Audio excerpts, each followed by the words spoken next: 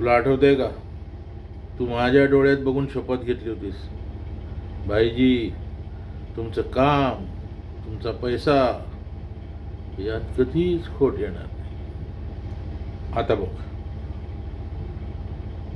काय झालं त्या शपथेचं. कुठं आहे तो पैसा?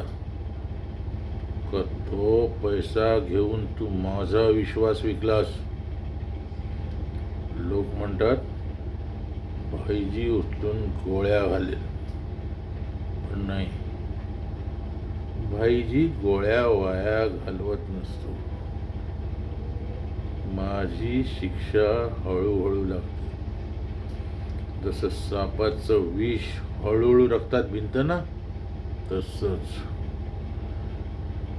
मी तुला आज ठार मारणार नाही, तुला जिवंतच ठेवणार. पण तुझ्या आईच्या डोळ्यातले अश्रू, तुझ्या बायकोच्या चेहऱ्यावरचं रिकामपण, आणि तुझ्या बहिणीच्या डोळ्यातली भीती तुला रोज ठार मारेल. भाईजीचा हिशोब फक्त पैशात नसतो, तो जीवांचा पण असतो. आणि भाईजी आपला हिशोब नेहमीच पूर्ण करतो.